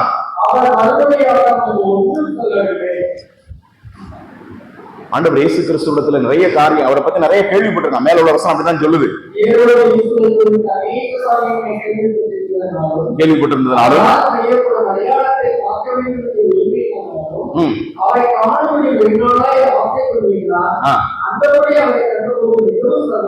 சந்தோஷப்பட்டு அவர்கிட்ட கேட்டான். ஆனா ஆண்டவர் ஏதாவது பதில் சொன்னாரா? ஒன்றும் சொல்லல. நீங்க நல்லா கவனிச்சு பாத்தீங்கன்னா பிலாத்து கேட்டப்பயாவது 1-2 வார்த்தை பேசினாரு. ஆமாதானே? சத்தியமாவது என்ன அப்படின்ற நிலையில கேட்டப்போதான் 1-2 வார்த்தை என்ன செஞ்சாருங்க அங்க சொன்னாரு. ஏன் பிரதான ஆசாரிகள் விசாரிக்கக்கூடிய சந்தர்ப்பத்துல கூட 1-2 வார்த்தை சொன்னாரு. ஆனா இவங்கிட்ட என்னது ஒரு வார்த்தையும் மறுமொழியாக அவர் சொல்லல. ஏன்னா அவன் ஏற்கனவே பல சந்தர்ப்பங்கள்ல உணர்த்தினாரு, தம்முடைய ஊழியக்காரனை கொண்டு பேசினாரு. ஆனா பேசியும் அவன் கேளாதவனாக, அதை அல்ல தட்டினவனாக மாறி போன பொழுது இப்போ ஒரு சந்தர்ப்பத்துல அவன் கேட்கணும்னு நினைக்கிறான், பார்க்கணும்னு நினைக்கிறான், அனுபவிக்கணும்னு நினைக்கிறான். ஆனா ஆண்டவர் ஒரு வார்த்தை என்ன செய்யலைங்க பேசல. நான் சொல்லேன், சில சந்தர்ப்பங்கள்ல நாம விரும்பியும் எதிர்பார்த்தும் வேணும் அப்படின்னு வாஞ்சிக்கக்கூடிய ஒரு நிலை வந்தாலும் கூட சில நேரங்கள்ல கர்த்தருடைய வார்த்தை நமக்கு கிடைக்காது. ஒருவேளை கையில பைபிள் இருக்கும், பைபிளையும் புரட்டுவோம். எந்த வார்த்தையை கொண்டாவது கர்த்தர் நம்மோட பேசுவாரா, ஆறுதல் படுத்துவாரா, நம்மை உற்சாகப்படுத்துவாரா, நம்மை பலப்படுத்துவாரான்னு எதிர்பார்ப்போம். ஆனா ஒன்றும் நமக்கு என்ன செய்யாதுங்க, புலப்படாத ஒரு நிலைக்குள்ள நம்ம மாறி போவோம். ஏன் அப்படின்னா எத்தனையோ முறை கர்த்தர் நம்மோடு பேசி இடைபெற்றும் அந்த வார்த்தைகளை புறந்தள்ளின ஒரு அனுபவம் இருக்கும். அப்படின்னா சில நேரங்கள்ல நாம விரும்பியும் அந்த வார்த்தைகள் கேள கிடைக்காத ஒரு அனுபவத்துக்குள்ளாக மாறி போவோம். ஏற்கனவே இவனிடம் ஆண்டவர் பேசியும் பேசின வார்த்தைகளுக்கு இந்த ஏரோது அவன் செவி கொடுக்கல, இந்த சவுல் அவன் செவி கொடுக்கல. அதனால கர்த்தர் இப்படி மௌனம். அதான் பழைய பாட்டுல ஒரு வசனம் இருக்குது, தேவனுடைய ஆவி எப்போதும் மனிதனோடு என்ன செய்யறது இல்லைங்க, கர்த்தர் இப்ப நம்மோட பேசுறாரு. அப்படின்னா நான் சொல்றேனே, இந்த கூட்டம் நடந்து கொண்டிருக்கக்கூடிய இந்த நாட்கள்ல நம்முடைய நிலை குறித்து, நம்முடைய வாழ்வை குறித்து, நம்முடைய குடும்பத்தை குறித்தும், நம்முடைய சூழலை குறித்தும் கர்த்தர் நம்மோடு பேசுகிறார். அப்படின்னா ஆண்டவர் என்னை குறித்து தான் பேசுகிறீர் என்கிற நான் உணர்கிறேன் என்கிற நிலையில அவருடைய வார்த்தைக்கு செவி கொடுத்து அதுக்கு கீழ்ப்படுகிறதற்கு நம்ம விட்டு கொடுப்போம். அப்படின்னா நம்முடைய வாழ்விலே யாக்கோபுக்கு சொன்னதான அந்த ஆசீர்வாதங்களை எப்படி அதுக்கப்புறம் அவன் அனுபவிச்சானோ, அனுபவிக்கக்கூடிய அனுபவத்துக்குள்ள போறானோ, அதே போல தேவன் உங்களுக்கும் எனக்கும் கொடுத்திருக்கிறதான அவருடைய வார்த்தைகளை நாம் அனுபவமாக்க முடியும். அதற்கு செய்ய வேண்டிய முதல் விஷயம் என்ன அப்படின்னா, தேவன் நம்மோடு கூட பேசும் பொழுது, தேவன் நம்முடைய இருதயத்துல ஏதோ ஒரு இடத்துல இந்த நாட்களில் நடக்கக்கூடிய இந்த கூட்டங்கள் மூலமா என் கூட உங்க கூட நான் ஜெபித்துட்டு வரும்போது அதான் ஜெபித்துட்டு வர்றேன். ஆண்டவரே இங்க உள்ள ஜனங்களோடு கூட நீ பேசும் என்கிறது அல்ல, ஆண்டவர் என்னோடு பேசும். என் வாழ்க்கையில, என்னுடைய குடும்பத்துல, என்னுடைய ஊழியத்துல, என்னுடைய நிலையில, ஆண்டவரே எங்களுடைய நிலையில நீ பேசும் என்கிறதெல்லாம் நான் ஜெபித்துட்டு வர்றேன். ஆகவே ஏதோ ஒரு வார்த்தையை கொண்டு ஏதோ ஒரு நிலையில கர்த்தர் இந்த நாட்கள் நம்மோடு கூட இடைபெறுவார் என்றால் அதற்கு நம்மை அர்ப்பணிப்போம். அப்பொழுதுதான் ஆசீர்வாதங்களை நாம் அனுபவமாக என்ன செய்ய முடியுங்க, மாற்ற முடியும். இரண்டாவதாக யாக்கோபு என்ன செய்தார் என்றால், அதே 35:1 வாசிக்கிறோம். ஆதியாகமம் புத்தகம் 35:1 நான் வாசிக்கும் பொழுது, தேவன் யாக்கோபை நோக்கி, நீ எழுந்து பெத்தேலுக்கு போய் அங்கே குடியிருந்து நீ எழுந்து பெத்தேலுக்கு போ என்று சொல்லுகிறார். அப்படின்னா என்ன அர்த்தம்? நீ பெத்தேலுக்கு திரும்ப போ. ஒரு விதத்துல வழிதவறி போனவங்க விரும்பாத ஒரு செயல் என்ன அப்படின்னா மறுபடியும் திரும்புறது. சில நேரங்கள்ல நம்ம எங்கேயாவது ஒரு ஊருக்கு போவோம். அப்படி புதிதாக ஒரு ஊருக்கு போகிற வழியில ஏதோ ஒரு வழி தவறி ஒரு பாதையில ரொம்ப தூரம் என்ன செய்யணுங்க போயிருவோம். போயிட்டு வழி விசாரிப்போம். எப்படி விசாரிப்போம் அப்படின்னா, இந்த ஊருக்கு போறதுக்கு எப்படி போங்க, நான் இப்படி வழி தவறி வந்துட்டேன், எப்படி போக? அப்ப அவங்க சொல்லுவாங்க, நீங்க அப்படியே வந்த வழியாவே அப்படியே யூட்டர்ன் அடிச்சு என்ன செய்யுங்க, நீங்க திரும்பி எங்க திரும்பினீங்களோ மாறி போன வந்தீங்களோ அந்த இடத்துக்கு போய் நீங்க மாறி போகணும் அப்படின்னு. ஆனா உடனே நம்ம அப்படி செய்வோமா? உடனே கேட்போம், இல்லைங்க இந்த ரோடு போகுதுல, இந்த ரோடு அப்படியே போனா அந்த ரோட்டை பிடிச்சிட முடியுமா அப்படிதான் கேட்போம். ஆமா தானே? வண்டி ஓட்டுறவங்களுக்கு அந்த பழக்கம் உண்டு. அது அனுபவிச்சவங்களுக்கு தெரியும். வழிதவறி போயிடுவோம். ஆனா யதார்த்தம் என்னன்னா 180 டிகிரி அப்படியே என்ன செய்யணும், திரும்பணும். 180 டிகிரி அப்படியே முற்றிலும் டர்ன் பண்ணி வந்த வழிக்கே திரும்ப என்ன செய்யணுங்க, போகணும். அது எல்லாம் நல்லா தெரியும். ஆனா நாம எதிர்பார்க்கறது தெரியுமா, வேற ஏதாவது குறுக்கு வழியில போய் அந்த ரோட்டை பிடிச்சிட முடியுமா அப்படின்னு. ஒருவேளை இந்த உலகத்துக்கு அடுத்ததான நிலையில உள்ளதான பாதைகளை குடிக்கிறதுக்கு ஏதாவது குறுக்கு வழியில சந்து பொந்துக்குள்ள போயிடலாங்க. ஆனா ஆவிக்குரிய வாழ்வில நாம மறுபடியும் யதார்த்தமான நிலைக்கு வரணும் அப்படின்னா நாம முற்றிலுமாய் திரும்புகிற ஒரு அனுபவம் நமக்கு வேணும். ஒரு முற்றிலுமாக மனம் திரும்புகிற ஒரு அனுபவம் வேணும். இங்க யாக்கோபிடத்துல ஆண்டவர் சொல்லுகின்றார், நீ பெத்தேலுக்கு போ என்று சொல்லி. பெத்தேலுக்கு போ, நீ இன்ன நிலையிலிருந்து விழுந்தா என்பதை நினைத்து என்ன செய், மனம் திரும்பு. எவே சபைக்கு ஆண்டவர் சொல்லுகிறதான வார்த்தை, நீ எங்கே விழுந்தா என்பதை. இங்க யாக்கோபுடைய வாழ்க்கையில நீங்க எல்லாம் கவனிச்சு பாத்தீங்கன்னா, வாழ்க்கையில நிம்மதி இல்லை, உறவுகளோடு கூட ஒரு உரசலின் அனுபவம், சாட்சி விட்டதான ஒரு நிலையில அவன் இருக்கிறான். ஆனா இப்படிப்பட்டதான சூழ்நிலையில கர்த்தர் யாக்கோபோட பேசுறாரு, நீ எங்க ஆரம்பிச்சையோ அங்க நீ என்ன செய், திரும்ப போ. ஒரு யூட்டர்ன் ஆதி நிலைக்கு நீ திரும்பி வா. ஒரு மனம் திரும்புதலின் அனுபவத்தை யாக்கோபிடத்திலிருந்து தேவன் என்ன செய்யறாருங்க, எதிர்பார்க்கிறாரு. ஆனா அந்த மனம் திரும்புதலின் அனுபவம் நமக்கு வரணும் அப்படின்னா நமக்கு வேண்டியது என்ன தெரியுமா, தாழ்மை வேணும். தாழ்மை வேணும். ஆமா, நான் தவறு செய்துட்டேன், என் வாழ்க்கையில பிழை வந்துருச்சு, நான் அங்க போக வேண்டியவன், அங்க என் வாழ்க்கைய பெத்தேலில என் வாழ்க்கையை ஆரம்பிக்க வேண்டியவன். ஆனா நானும் வழி தவறி வந்துவிட்டே தன்னுடைய தவறை என்ன செய்யணுங்க, ஒத்துக்கொள்ளணும். ஆனா இன்னைக்கு அப்படிப்பட்டதான மனநிலை நமக்கு என்ன கிடையாதுங்க, இல்லை.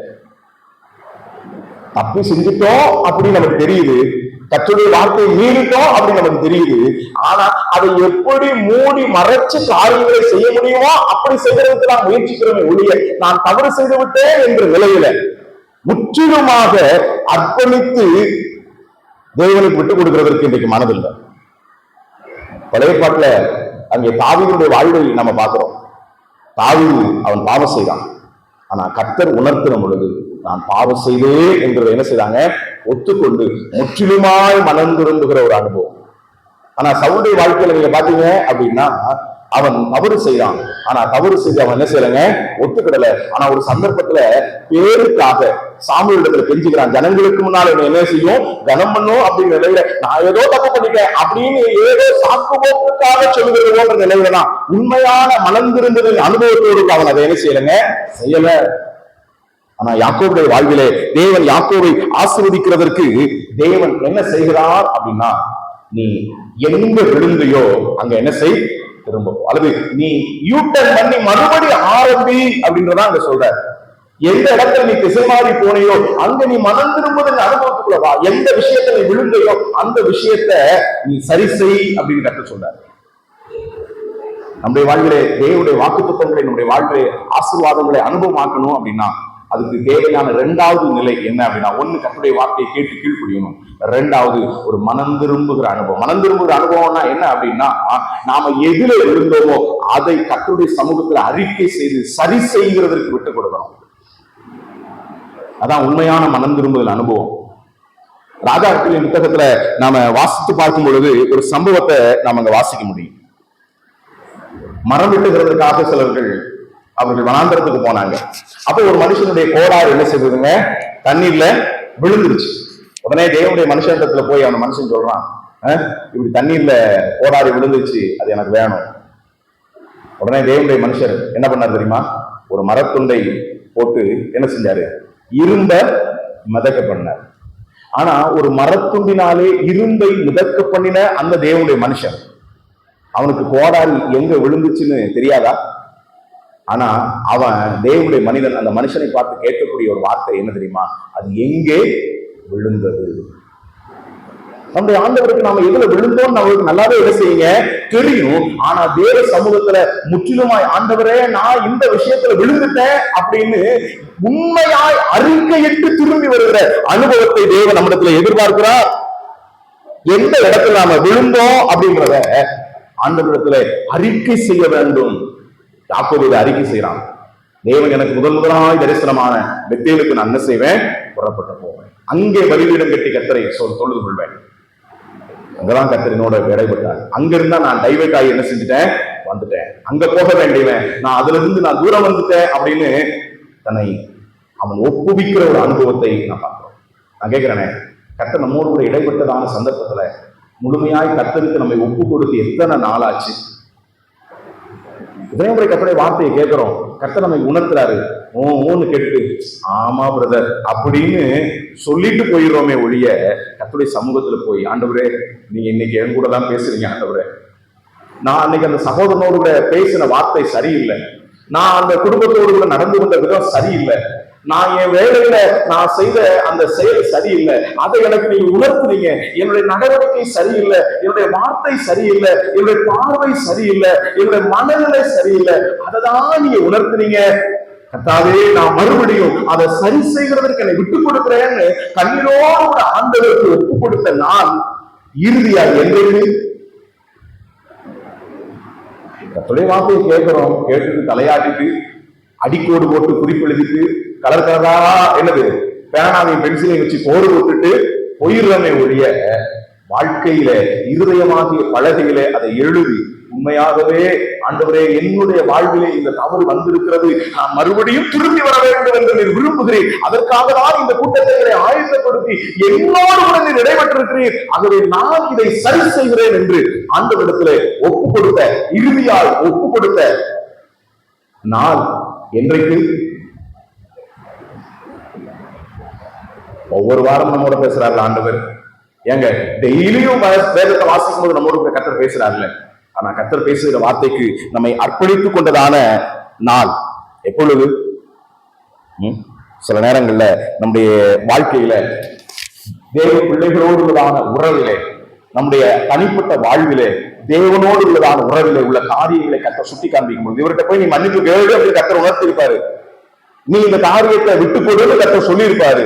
ஆனா இன்னும் கடிதம் உள்ள இதயம் உள்ளவர்களா இருப்போம் அப்படின்னா கர்த்தர் கொடுத்த வாக்குத்தத்தங்களாக மட்டுமே பத்திரப்பட்டிருக்குமே ஒழிய வாழ்விலே அதை என்ன செய்ய முடியாதுங்க, அனுபவமாக்க முடியாது. கர்த்தர் யாக்கோபுக்கு அங்கே இஸ்ரவேல் என்கிறதான வாக்குத்தத்தத்தை கொடுத்தார், ஆனா அதை 33 34 என்ன செய்ய முடியலங்க, அனுபவமாக்க முடியல. அவன் வாழ்க்கையில நிம்மதி இழந்த ஒரு மனுஷனாக இருந்தான், உறவுகளோடு கூட உரசல் உள்ள ஒரு மனுஷனாக இருந்தான், சாட்சி பெற்ற ஒரு அனுபவம், அதனால மற்றவங்களை பிளேம் பண்ணக்கூடியதான ஒரு நிலையில அவன் இருந்தான். ஆனா அந்த சூழ்நிலையில கர்த்தர் மறுபடியும் அவனை உணர்த்துற பொழுது அவன் விட்டு கொடுத்தான்.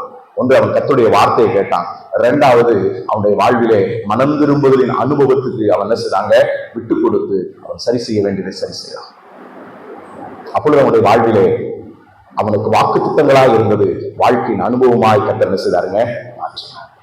அது மட்டுமல்ல, தொடர்ந்து அவன் என்ன செய்தான் என்றால் அதனுடைய 35:1 நான் வாசிக்கும் பொழுது அங்கே போய் பலிபீடம் கட்டினான் என்று வாசிக்கிறோம். நேரம் அதிகமாகிறபடியினாலே நான் சுருக்கமாய் குறிப்புகளை மாத்திரம் சொல்லி முடிக்க விரும்புகிறேன். அங்கே போய் அவன் பலிபீடம் கட்டினான். பலிபீடம் என்று சொல்லுகிறது எதை காண்பிக்கிறது என்றால் மரணத்தை காண்பிக்கிறது.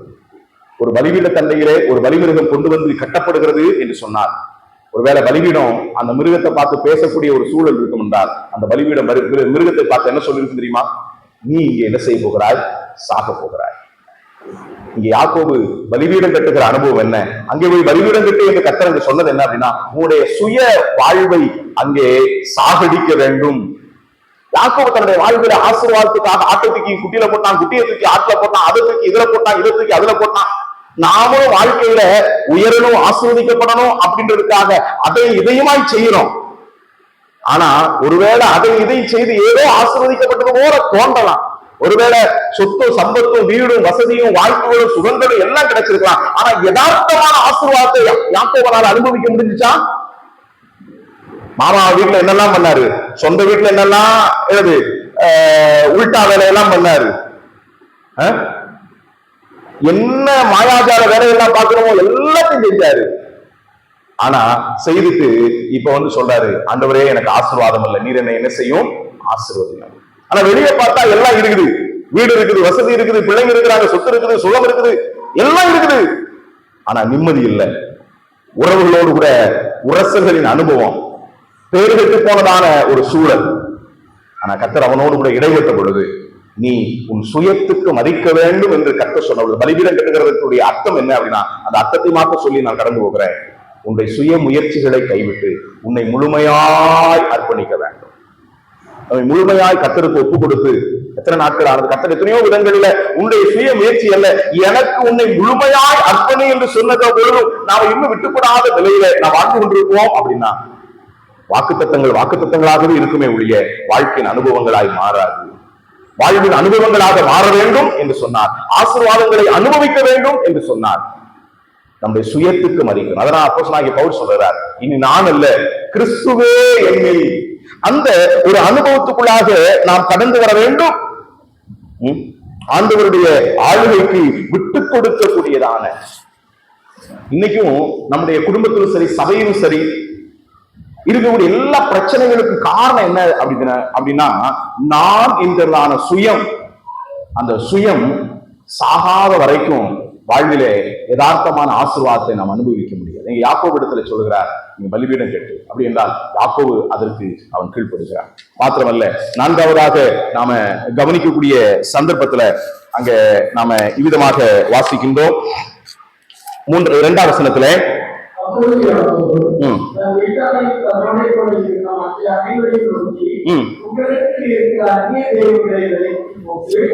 அந்நிய தெய்வங்களை விலக்கி போட்டு என்று சொன்னால், 4ஆவதாக அந்நிய தெய்வங்களை அவன் அகற்றினான். அந்நிய தெய்வங்கள்னா ஒருவேளை இதுவரைக்கும் சொன்ன காரியம் ஒருவேளை எங்க வாழ்க்கையில இருக்கலாம். இதுவரைக்கும் சொன்ன மேல சொன்னதான 3 காரியங்கள் ஒருவேளை எங்களுடைய வாழ்க்கையில் இருக்கலாம். அந்நிய தெய்வங்களா எதுவும் எங்க வாழ்க்கையில கிடையாது அப்படின்னு ஒருவேளை சொல்லலாம். ஆனா நான் சொல்றேனே, கர்த்தருக்கு கொடுக்க வேண்டிய ஸ்தானத்தை எதுக்கு கொடுக்கிறோமோ அதெல்லாம் விக்கிரகம். அப்படிதானே? பைபிள் அப்படிதான் சொல்லுது. கர்த்தருக்கு கொடுக்க வேண்டிய ஸ்தானத்தை மற்றவர்களுக்கு கொடுப்போம் அப்படின்னா அவைகள் எல்லாம் விக்கிரகம். ஒரு நாள் கர்த்தர் அவர் தனக்கு 2ஆம் ஸ்தானத்தை எடுத்துக்கொள்கிறார் அல்ல. கர்த்தருக்கு நாம் கொடுக்க வேண்டிய முக்கியத்துவத்தை நாம் கூடாதபடிக்கு எவைகளை நம்முடைய வாழ்க்கையை முக்கியத்துவப்படுத்தி இருக்கிறோமோ, அது வேலையா இருக்கலாம், அது ஏன் பிள்ளைகளாய் கூட இருக்கலாம், எதுவாக இருந்தாலும் அது விக்கிரகங்க. நீங்க யாக்கோபு என்ன செய்கிறார் என்று சொன்னார், அவைகள் எல்லாம் என்ன செய்தாருங்க, அகற்றினார். கர்த்தர் விரும்பாத அல்லது கர்த்தர் வெறுக்கக்கூடிய காரியங்களை, கர்த்தருக்கு முக்கியத்துவம் கூடாத நிலையில் இருக்கக்கூடிய சகலவற்றையும் அவர் அகற்றினா. நான் கேட்கிறேனே, தேவனுக்கு நம்முடைய வாழ்க்கையிலே என்ன ஸ்தானம் கொடுத்திருக்கிறோம்? அவர் கொடுக்க வேண்டிய ஸ்தானத்தை நாம் கொடுத்திருக்கிறோமா? இன்னொரு விதத்துல சொல்லணும் அப்படின்னா, மாய்மாலமான அனுபவம். நீங்க நல்லா கவனிச்சு பாத்தீங்கன்னா, அவர்கள் காதலிகளை மற்ற எல்லாவற்றையும் என்ன செய்தாங்க தெரியுமாங்க, அங்கே போட்டார்கள். ஒன்று அந்நிய தெய்வங்கள் என்று சொல்லுகிறது, தேவனுக்கு கொடாத அல்லது தேவனுக்கு கொடுக்க வேண்டிய ஸ்தானத்தை மற்றவர்களுக்கு கொடுக்கக்கூடிய காரியத்தை அர்த்தப்படுத்துகிறது. 2ஆவதாக சொல்லணும் அப்படின்னா, அது ஒரு மாயமான ஒரு அனுபவம், மாய்மாலமான ஒரு அனுபவம். அந்த மாய்மாலமான அனுபவங்கள் எல்லாம் அவர்கள் அகற்றினார்கள். ஒரு உண்மையை சொல்லவா, ஆண்டவர் அவருடைய வாழ்விலே எத்தனையோ மனிதர்களை சந்திச்சாருங்க. பாவியாக ஸ்திரீயை சந்திச்சாரு, அநியாயமாய் பணம் வாங்கினதான சகையை கூட ஆண்டவர் சந்திச்சாரு. ஆனா அவங்ககிட்ட எல்லாம் ஆண்டவர் ரொம்ப பயட்டா ஆண்டவர் இடைப்பட்டார். ஆனா ஒரு கூட்டத்தை வேற ஆண்டவர் பார்த்த பொழுது அவர்களை கடிந்து கொண்டார். யாரு தெரியுமா? மாயக்காரர்களாகிய வேதவாரகரே, பரிசேயரே. இன்னைக்கு நம்முடைய வாழ்க்கையில மாய்மாலமான அனுபவங்கள் இருக்கும் அப்படின்னா உண்மையான ஆசீர்வாதத்தை அனுபவிக்க முடியாதுங்க. அந்த மாய்மாலமான முகமூடிகள் எல்லாம் என்ன செய்யணுங்க? புதைத்து போட வேண்டும், கலற்றி வீச வேண்டும். இந்த மாய்மாலமான, அதாவது வெளியே மத்தவங்க நம்மளை பார்த்து உயர்வா நினைக்கணும் அப்படின்னு ஒரு வேடதாரியாய் நடிக்கக்கூடிய அனுபவம், இது கிறிஸ்துவ அப்படிதான் மாறி போச்சு. இந்த மாய்மாலம் என்கிறதுடைய உண்மையான நிலை என்ன தெரியுமா? சிலர் இந்த நடிச்சு கடைசியில அவங்களுடைய ஒரிஜினல் என்னன்னே அவங்களுக்கு என்ன செய்யலைங்க, தெரியாம போயிடும். வேடமிட்டு அவங்க யதார்த்தமான நிலை என்னன்னே இன்னைக்கு அநேகருக்கு புரியாம போயிடுச்சு.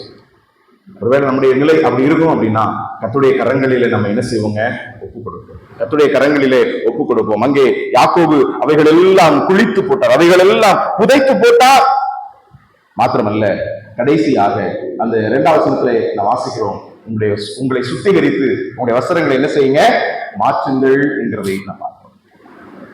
அவ்விதமான அனுபவம் உண்டான பொழுது கர்த்தர் யாக்கோபை என்ன செய்கிறாருங்க? ஆசீர்வதிக்கிறார். 5 நிலைகளிலே நாம் இது பார்க்கிறோம். ஒண்ணு என்ன அப்படின்னா, யாக்கோபு தேவனுடைய சத்தத்தை கேட்டான். 2வதாக அங்கே தேவனிடத்திலே அவன் திரும்பி வந்தான். மனம் திரும்புதல் அனுபவம், எதிர விழுந்தாரோ அதே நிலையிலே அதே இடத்துக்கு திரும்ப வருகிற ஒரு நிலை. 3வதாக சுயத்துக்கு மறிக்கிற ஒரு நிலை. 4வதாக அங்கே அகற்ற வேண்டியவைகளை அகற்றி, 5வதாக சுத்திகரிப்பின் அனுபவத்துக்குள்ளாக வந்த பொழுது கர்த்தர் இப்பொழுது என்ன செய்கிறார் என்றால், யாக்கோபுக்கு சொன்னதை அனுபவமாக்குகிறார். யாக்கோபுக்கு என்ன சொன்னார் என்று சொன்னார். இப்ப யாக்கோபுக்கு ஒரு புதிய பெயரை கர்த்தர் என்ன செய்யறாருங்க? கொடுக்கிறார். இதுக்கு முன்னாடி நீங்க பாத்தீங்க அப்படின்னா இஸ்ரவேல் எனப்படும் அப்படின்னு சொன்னாரு. ஆனா இப்பொழுது பெயர் வழங்கப்படுவதாக என்கிறதை நடைமுறைப்படுத்துகிறார். ஒரு புதிய பெயரை கொடுக்கிறார்.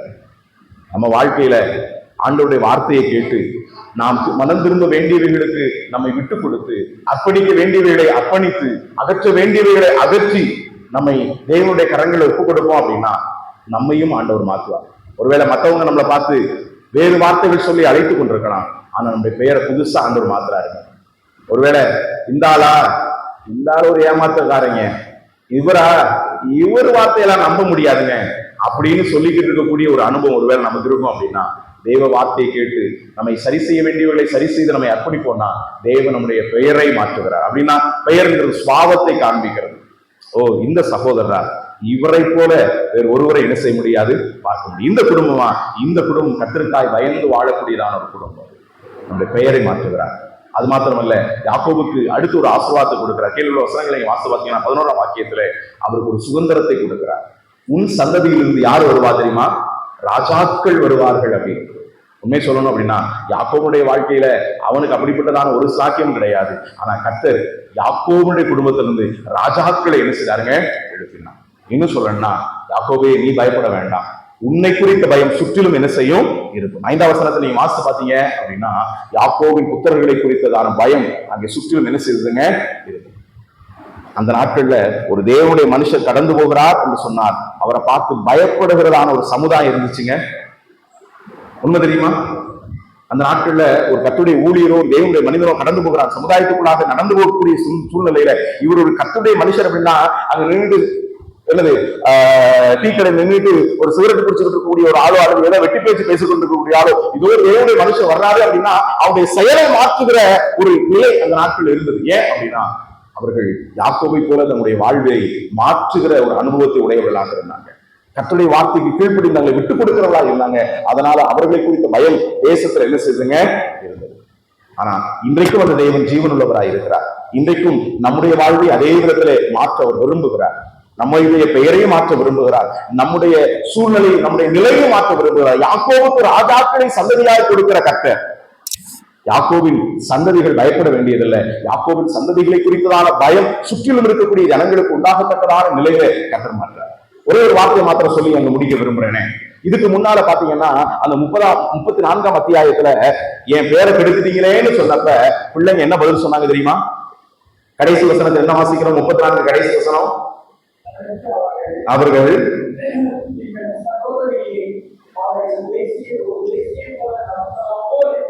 யாக்கோபு ஏன் என் பேரை இப்படி கெடுத்துட்டீங்களா அப்படின்னு பிள்ளைகளை பார்த்து கேட்கும்போது என்ன சொல்றாங்க? நாங்களா பண்ணோம், இதுக்கு நாங்க ஒண்ணும் காரணம் கிடையாது. ஒரு விதத்துல சொல்லனா யாக்கோபை குற்றப்படுத்துறாங்க, மற்றவர்களை குற்றப்படுத்தி சொல்லுகிற ஒரு வார்த்தை. ஆனா இப்ப யாக்கோபுடைய வாழ்விலே மாறுதல் உண்டான பொழுது யாக்கோபு சொல்றாரு, உங்களுடைய காதலிகளை உங்களிடத்துல இருக்கக்கூடிய அகற்ற வேண்டியவளை அகற்றுங்கன்னு சொன்ன உடனே மறுபேச்சின்றி பிள்ளைகள் என்ன செய்தாங்க? அதை செய்தாங்க. ஒன்று சொல்லவா, பிள்ளைகளை குறித்து நிறைய அடிக்கடி தேவன் இந்த நாட்கள் நம்மோடு கூட பேசிக் கொண்டு வருகிறார். நாம சொல்றது சில நேரங்கள்ல நம்முடைய பிள்ளைகள் கேட்கணும் அப்படின்னா முதல்ல நம்முடைய வாழ்க்கையில அந்த மாற்றத்தை அவங்க என்ன செய்யுங்க? பார்க்கணும். அவங்க நம்முடைய வாழ்க்கையில மாற்றத்தை பார்த்தாங்க அப்படின்னா மறுபேச்சின்றி நாம சொல்றதை அவங்க கேட்பாங்க. ஆனா அங்க மேல பாத்தீங்கன்னா யாக்கோபுடைய வாழ்வில அந்த மாற்றம் இல்லாத சந்தர்ப்பத்துல அவன் சொன்னா, ஐயோ என் பேரை கெடுத்துட்டீங்களே அப்படின்னோடனே, நாங்களா கெடுத்து போட்டோம், இப்படி ஆயிப்போச்சு அப்படின்னு சாக்கு சொல்லுகிறவர்களாக தான் இருந்தாங்க. ஆனா இப்ப யாக்கோபு சொன்ன பொழுது அதுக்கு அவர்கள் தங்களை விட்டுக் கொடுத்தாங்க. ஏனென்றால் யாக்கோபுடைய வாழ்விலே தேவன் இடைவிட்டதற்கு அவன் தன்னை விட்டுக் கொடுத்தான். தேவனுடைய வார்த்தையை கேட்டான், மனம் திரும்புதல் அனுபவம் வந்தது, சுயத்துக்கு மறித்தான், அகற்ற வேண்டியங்களை அகற்றினான், தன்னை பரிசுத்தப்படுத்தினான். அவ்விதமாய் தேவனுக்கு தன்னை விட்டுக் கொடுத்த பொழுது யாக்கோபுடைய வாழ்விலே வாக்கு தத்தங்களாய் இருந்தது, யாக்கோபுடைய வாழ்க்கையிலே ஆசீர்வாதங்களாய் இருந்தது, அனுபவமாய் மாறினது. அவ்வித நிலையிலே நாமும் நம்முடைய குடும்பம் ஆசீர்வதிக்கப்பட ஆண்டு உதவி செய்வாராக. அவருடைய பரிசுத்த நாமம் இன்று நின்று சதா காலம் மகிமைப்படுவதாக. ஆமென்.